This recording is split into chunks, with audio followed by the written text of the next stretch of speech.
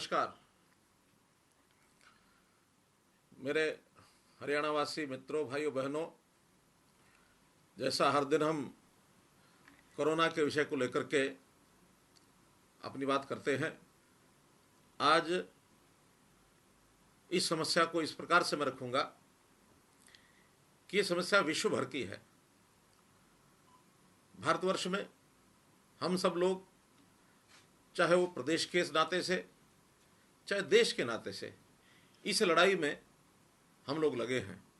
बड़ी समस्या है, लेकिन किसी भी समस्या को मैं इस प्रकार से परिभाषित करता हूं कि कोई भी समस्या ये एक ट्रैफिक के सिग्नल रेड लाइट की तरह होता है।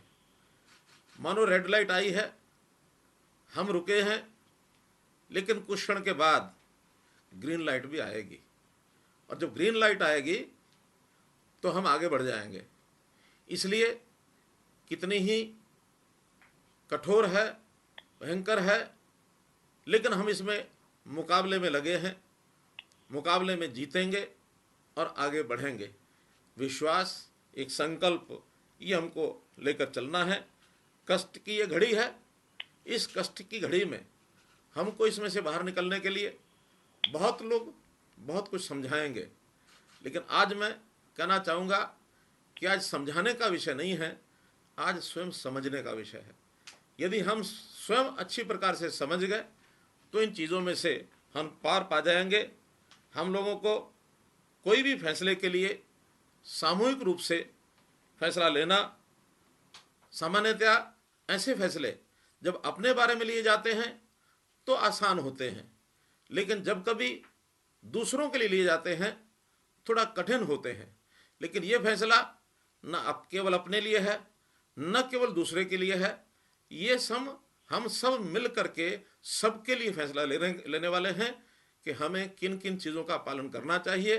तो जब सबके लिए फैसला लेना होता है तो उसमें अपने आप को शामिल करके सारा समाज शामिल किया जाता है। इसमें ज़रा कठिनाई तो अधिक होती है, लेकिन फिर भी चाहे इसको अपने लिए समझें, दूसरों के लिए समझें, परोपकार के लिए समझें, लेकिन ये हम सबके लिए एक फैसला, कठिन फैसला है कि हम इसको आगे कैसे पार पाएं। रास्ता कठिन ज़रूर है, लेकिन ऐसा नहीं है कि रास्ता है नहीं, रास्ता निश्चित है। इस रास्ते पर चलेंगे तो किसी भी प्रयत्न करने के बाद हम भी अपने देश और प्रदेश में इस समस्या को सुधारने के लिए सब लोग मिलकर काम करेंगे। इसमें सरकारें काम कर रही हैं, प्रदेश सरकार भी काम कर रही है, प्रशासन भी काम कर रहा है, स्थानीय शासन के लोग ये भी सब लगे हैं, वॉलंटियर्स लगे हैं, सामाजिक संस्थाएं लगी हैं, और हमारे इस समस्या से छुटकारा दिलवाने के लिए हमारे जो कोरोना वॉरियर्स हैं वो भी सब लगे हैं। अपनी जान की बाजी लगा करके सब लगे हैं, अपने परिवार की चिंता किए बिना वो सब लगे हैं। और आखिर तो इस समस्या से निजात पाने के लिए और इस कोरोना की बीमारी को भगाने के लिए हर व्यक्ति लगा है। आज इस समस्या में जब से प्रधानमंत्री जी ने लॉकडाउन की घोषणा की, हमारे कामकाज भी प्राय बंद हो गए, हमारी फैक्ट्रियां, उद्योग ये सब बंद हो गए। गरीब आदमी, मजदूर और किसान, ये सब लोग अपनी आय के इनको लाले पड़ गए। तो इस नाते से केंद्र सरकार ने भी आगे बढ़ करके आह्वान किया और गरीब कल्याण की जो योजनाएं हैं वो हमें दी, ताकि हम इसमें से कैसे पार निकल सकें। गरीबों के कल्याण के लिए केंद्र सरकार ने जो 1,70,000 करोड़ रुपए का पैकेज ये हमारे सामने रखा, उसमें कुछ बड़ी बड़ी बातें वो जो हमारे सामने रखी हैं, मैं आज आपको वो सब जो पिछले लगभग 25 दिन में चाहे केंद्र सरकार ने चाहे प्रदेश सरकार ने योजनाएं बनाई हैं उसके बारे में आपको अवगत कराना चाहूँगा। इस विषय को लेकर प्रधानमंत्री गरीब कल्याण अन्न योजना अर्थात 80 करोड़ लोगों को 3 महीने के लिए 5 किलो प्रति व्यक्ति, और जो अंत्योदय अन्न योजना के बंधु हैं उनको 35 किलो प्रति परिवार, ये जो अन्न की योजना दी थी, इसके अंदर केंद्र सरकार ने 40,000 करोड़ रुपए की लागत की योजनाएं बनाई। इसी प्रकार उज्ज्वला लाभार्थियों के लिए 3 महीने के लिए गैस सिलेंडर फ्री ये करके भी और एक योजना का लाभ हमको दिया। वरिष्ठ नागरिक, विधवाएं, दिव्यांग, इन सबको 1,000 रुपये महीने की 1,000 रुपये की कुल अनुग्रह राशि 98 लाख लाभार्थियों को ये 3,000 करोड़ रुपया ये दिया गया है। किसानों को जो किसान मानधन योजना के अंतर्गत 2,000 रुपये की किस्त ये भी हमको इसी महीने दे दी गई है और कुल मिलाकर 8 करोड़ किसानों को इसका लाभ पहुंचा है। प्रधानमंत्री जनधन योजना के अंतर्गत महिला खाता धारकों को 500 रुपया प्रति महीना 3 महीने के लिए कुल 31,000 करोड़ रुपये की राशि ये भी केंद्र सरकार ने उपलब्ध कराई है। 15,000 रुपये प्रति माह से कम सैलरी वाले श्रमिकों के ईपीएफ को 3 महीने के लिए उसका अंशदान यह भी उपलब्ध कराया गया है, जिसके अंतर्गत 78 करोड़ लाभार्थी 4,860 करोड़ रुपए की राशि ही आवंटित की गई है। संगठित क्षेत्र जीपीएफ 5 करोड़ लोगों के लिए 5,000 करोड़ रुपया ये भी केंद्र सरकार ने पूरे देश के अंदर इसकी योजना बनाई। सरकारी अस्पताल और स्वास्थ्य सेवा केंद्र जिसमें 22 लाख लाभार्थी, इनके लिए बीमा योजना 130 करोड़ रुपए की लागत का ये एक लाभ जनता को दिया गया है। मनरेगा की मजदूरी भी हर प्रदेश में 20 रुपये प्रतिदिन के हिसाब से बढ़ा दी गई, जो हरियाणा में बढ़ करके 309 रुपये प्रतिदिन ये हो गई है। इसी प्रकार भवन और अन्य निर्माण मजदूर कल्याण के जो बंधु, उनका जो लाभ है 3.5 करोड़ लोगों को ये दिया गया। 31,000 करोड़ रुपए की राशि इनको लाभ में आई है। ऐसे ही स्वास्थ्य क्षेत्र के लिए 15,000 करोड़ का रुपए की फंड की व्यवस्था ये की गई है, ताकि हम स्वास्थ्य विभाग की इन योजनाओं का पूरा लाभ ये उठा सकें। इसी प्रकार प्रदेश सरकार की योजनाएं भी, ये भी आपको मालूम है, हमने अलग से योजनाएं बनाई हैं, जिसके अंदर मुख्यमंत्री परिवार समृद्धि योजना 12.5 लाख लोगों को, कंस्ट्रक्शन वर्कर्स इनको भी 3.5 लाख लोगों को, बीपीएल के परिवार 6,04,000 लोगों को, और अनऑर्गेनाइज लेबर इनको 1 लाख लोगों को राशि पहुंचाने की बात हमने की है। ऐसे लगभग 23 लाख लोगों को राशि पहुंचने का काम बहुत जल्दी पूरा हो जाएगा। अभी तक जिसमें से 438 करोड़ रुपया लगभग 13 लाख लोगों को पहुंच गया है। शेष 10 लाख लोगों के अकाउंट में भी बहुत जल्दी 3 या 4 दिन के अंदर अगला पैसा ये पहुंचने वाला है। हमने इसी प्रकार जो राशन की बात, केंद्र सरकार ने जिस प्रकार से 5 किलो अनाज और 35 किलो अंत्योदय अन्न योजना का लाभ पहुंचाया है, उसमें प्रदेश सरकार की ओर से जो योगदान है वो भी 3 महीने के लिए 135 करोड़ रुपया इसका योगदान ये होने वाला है। इसी प्रकार हमने जो डॉक्टर बंधु हैं, जो हमारे कोरोना वॉरियर्स जिनको हमने कहा है, जो कोरोना के इलाज में सीधे सीधे संपर्क में आए हैं, ऐसे लोगों के लिए एक्स ग्रेशिया और उनकी डबल सैलरी की जो घोषणा की थी, इसके लिए 10 करोड़ रुपया हमने रिजर्व किया है। कोरोना की लड़ाई के लिए 5 विभाग, जिसमें medical education department, health department, urban local bodies department, Panchayati Raj department, home department, ऐसे 5 विभागों के लिए 500 करोड़ रुपए की राशि ये उपलब्ध कराई है, ताकि किसी प्रकार की बाधा रहित और इन विभागों को कोरोना की लड़ाई लड़ने में कोई कमी न पड़े। पावर डिपार्टमेंट ने भी जो फिक्स चार्जेस हैं, ये फिक्स चार्जेस आगे 2 महीने के लिए इनको भी सब्सिडी दी है। 30 करोड़ रुपए का खर्च ये आने वाला है। इस प्रकार इस महीने 2,225 करोड़ रुपए की लागत की एक प्रकार से जनता को ये कंसेशंस दी गई हैं, और कुल मिलाकर प्रदेश ने भी हर उस गरीब व्यक्ति का, जिसके घर में 2 समय का भोजन उपलब्ध हो जाए, कोई आदमी भूखा न सोए, ऐसे हर व्यक्ति को जिसको कठिनाई आई है उनको सहायता पहुंचाने की बात ये हमने की है। हम लोग जानते हैं कि इस प्रकार की सब व्यवस्थाओं में धन वो बजट से जुटाया जाता है, और जब धन बजट से जुटाना होता है तो एक बात मैं आपको ध्यान कराना चाहता हूं कि चाणक्य ने भी अर्थशास्त्र में क्या कहा है। उनका कोशा मूलो दंडा, प्रशासन राजस्व और कर से ही चलता है, सरकारी खजाना आपके दिए हुए कर से ही भरता है, ये आपका ही धन होता है, इसको आपके लिए ही उपयोग करना, इसका हम अपना दायित्व मानते हैं।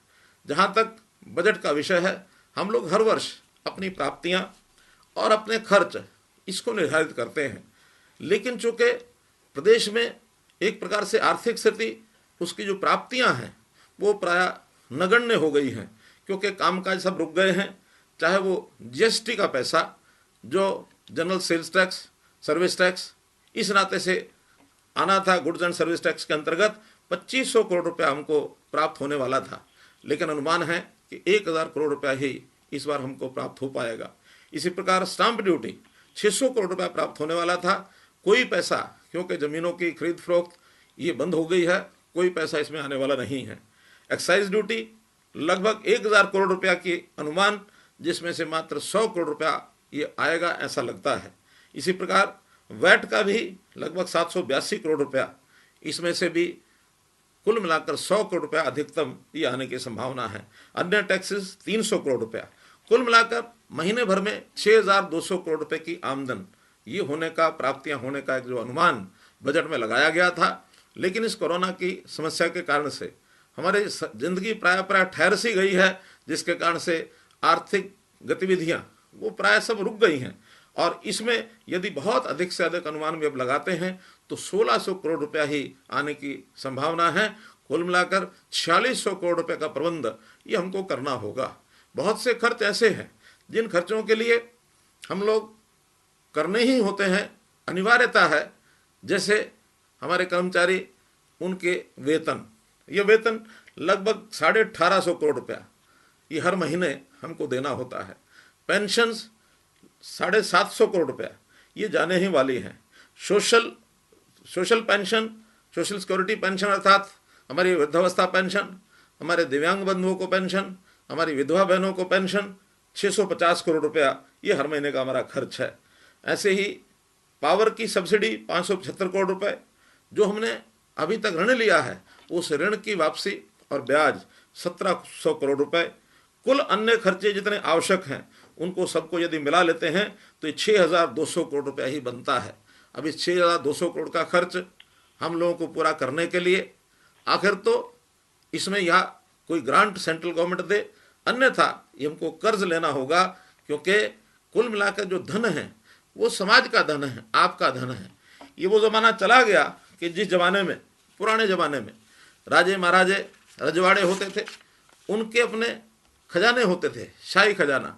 शाही खजाने को भरपूर रखते थे, चाहे वो मनमाने ढंग से जनता से ले, अथवा शाही खजाने को बढ़ाने के लिए चाहे किसी भी दूसरे राजा महाराजा के ऊपर हमला करके उसके शाही खजाने को लूटना और अपने पास जमा करना और फिर जनता में बांटना। लेकिन मित्रों, भाई बहनों, ये जो आज के समय हम प्रजातंत्र में आज़ादी के बाद ऐसी व्यवस्था है कि ये पैसा सब जनता से लेकर के जनता को ही देना होता है। हर वर्ष हमारा बजट बनता है, ये जनता के अलावा और कहीं से आने वाला नहीं होता है।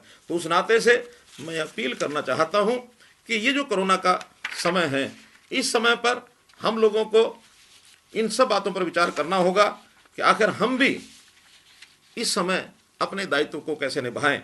आज के समय जनता से हमने कोरोना रिलीफ फंड इसकी जो एक दरख्वास्त की कि लोग योगदान करें, बहुत से लोगों ने बहुत अच्छा योगदान भी किया है। कोरोना रिलीफ फंड में इस समय तक 91 करोड़ रुपए इसकी राशि हमको प्राप्त हुई है। कर्मचारियों के से हमने अपील की है, कर्मचारियों का भी लगभग 72 करोड़ रुपया ये हमको आने वाला है। और भी बंधु इसमें यदि खुल करके योगदान करेंगे तो ये राशि निश्चित रूप से बढ़ेगी। अब समय आता है समर्पण में और लोगों के जुड़ने का। आज मैं एक विषय पर और चर्चा इस प्रकार से करूंगा, क्योंकि आज हमारा किसान वो खेत के अंदर अपनी फसल को निकाल कर मंडी में ले जा रहा है। आज 15 तारीख से हमने सरसों की खरीद ये शुरू कर दी है, और सरसों की खरीद के लिए प्रदेश भर में जो पिछले वर्ष 66 मंडियाँ थी, इस बार 143 मंडियों में काम हो रहा है। हम हर दिन बारी से किसान को बुलाते हैं, और जब बारी से किसान को बुलाते हैं तो आज के दिन लगभग 7000 ऐसे किसानों को हमने बुलाया है जो अपनी मंडी के अंदर फसल बेच करके जाएंगे। किसानों से भी आग्रह किया है कि हम अन्नदाता हैं, और अन्नदाता हैं, हमको भी इस कठिनाई के समय, इस एक प्रकार का ये ऐसा दौर है जो हमारे लिए बड़ा कठिन दौर चल रहा है, इसमें उनको भी अपना योगदान करना चाहिए। मुझे खुशी है कि आज एक ही मंडी से 56 किसानों ने ये कहा कि हम भी अपना योगदान देंगे। बहुत योगदान इस प्रकार के किसानों से भी हमको अपेक्षा है, वो सब कर रहे हैं। तो किसानों को मंडी का जो ये इस प्रकार से हमने फैलाव किया है, इसमें उनकी उपज का खरीद एक एक दाना हम करेंगे, ये विश्वास हमने पहले भी दिलाया है, अब भी दिला रहे हैं। एक कठिनाई हमको हमारे जो आड़ती समाज है उनसे आ रही है। आड़तियों से भी मैं निवेदन करता हूँ कि ये समय एक ऐसा कठिन दौर का समय है, एक आपत्ति, एक संकट का समय है। इस समय हमको सबको सहयोग करना चाहिए और आगे बढ़ करके जो योजनाएं सरकार के द्वारा, प्रशासन के द्वारा, विभाग के द्वारा बनाई जाती हैं, उसके ऊपर हमको पूरा उतरना चाहिए। गाँव के अंदर जाए, कहीं भी मंडी हमने बनाई है, परचेज सेंटर बनाया है, हमको वहाँ तुरंत दौड़ करके जाना चाहिए, क्योंकि किसान की ये फसल वर्ष में एक बार आती है और वर्ष में आने के बाद उसकी अगर बिक्री ठीक से नहीं हुई तो कुल मिलाकर इस प्रदेश की जो आर्थिक स्थिति है, जो किसान पर आधारित है, वो बिगड़ सकती है। हमको इसमें मन खोल करके आगे बढ़ना चाहिए। किसी प्रकार की डिमांड हमारी भले वो आज नहीं भी मानी जाएगी, योग्य डिमांड बाद में कभी भी मानी जा सकती है। आज तो जो प्रशासन ने कहा है, हमारा दायित्व तो बनता है कि उसके ऊपर पूरा उतरे। आज ये समय हमको ये चाहिए, हमें कम पैसा मिला, हमको ज़्यादा पैसा मिला, ये इस दौर में, इस समय में चर्चा करने की आवश्यकता नहीं है। यदि हम ये चर्चा करते हैं तो ये माना जाएगा कि हम केवल अपने लिए काम करते हैं, प्रदेश और देश के लिए काम नहीं करते हैं। अगर प्रदेश और देश के लिए काम करना है तो आज मुझे कुछ ऐसे आड़ती भी चाहिए जो आगे बढ़ करके कहें कि इस बार हमको आड़त की चिंता नहीं, इस बार प्रदेश में किसान के एक एक दाना खरीदने की चिंता है। जो कठिन दौर, जो काम हमारे जिम्मे लगेगा, उसको हम पूरा करेंगे। ये काम आड़ती अगर अपने सिर पर लेंगे तो इससे किसान को भी परेशानी नहीं आएगी, मजदूर को भी परेशानी नहीं आएगी। तो इसलिए मेरा निवेदन है कि हम सब लोग समर्पण भाव से अपना इस काम को आगे बढ़ाएं। यदि समर्पण भाव से इस काम को आगे बढ़ाएंगे तो निश्चित रूप से ये काम हमारा पूरा होगा। बहुत अवसर जीवन में ऐसे आते हैं कि जब हमें निर्णय ज़रूरत के हिसाब से नहीं करने होते, बल्कि जो निर्णय ज़रूरी होते हैं उन्हीं निर्णयों का पालन करना होता है। हमारी ज़रूरत है या नहीं है, लेकिन आज निर्णय जो जरूरी लग रहा है, हर गरीब व्यक्ति की सहायता, ये निर्णय जरूरी है। इसके ऊपर हम चलेंगे तो परिस्थितियों में जब ऐसे कभी संकट आते हैं, उस संकट के समय हम कोई गलती न कर बैठें। अगर गलती करते हैं तो जैसे हमने इतिहास में पढ़ा है कि लम्हों ने खता की और सदियों ने सजा पाई। आज अगर कोई गलती हम कर बैठते हैं, मैं हर समाज के वर्ग को कहता हूँ कि आज समय हम सुदृढ़ होकर के, एकजुट होकर के हम खड़े हों तो निश्चित रूप से याद रखिएगा कि अभी हम रुके हैं, समय नहीं रुका है। और जब समय नहीं रुकता है तो जब समय आगे बढ़ता है, निश्चित रूप से एक अच्छा समय भी हमारे लिए आता है। हम निश्चित रूप से पार पाएंगे। जैसा मैंने कहा कि ये हम अभी सिग्नल के ऊपर रेड लाइट के कारण से रुके हैं, थोड़े समय में ग्रीन लाइट होने वाली है, हम आगे बढ़ने वाले हैं। कोरोना हरियाणा से हारेगा, भारत से भागेगा।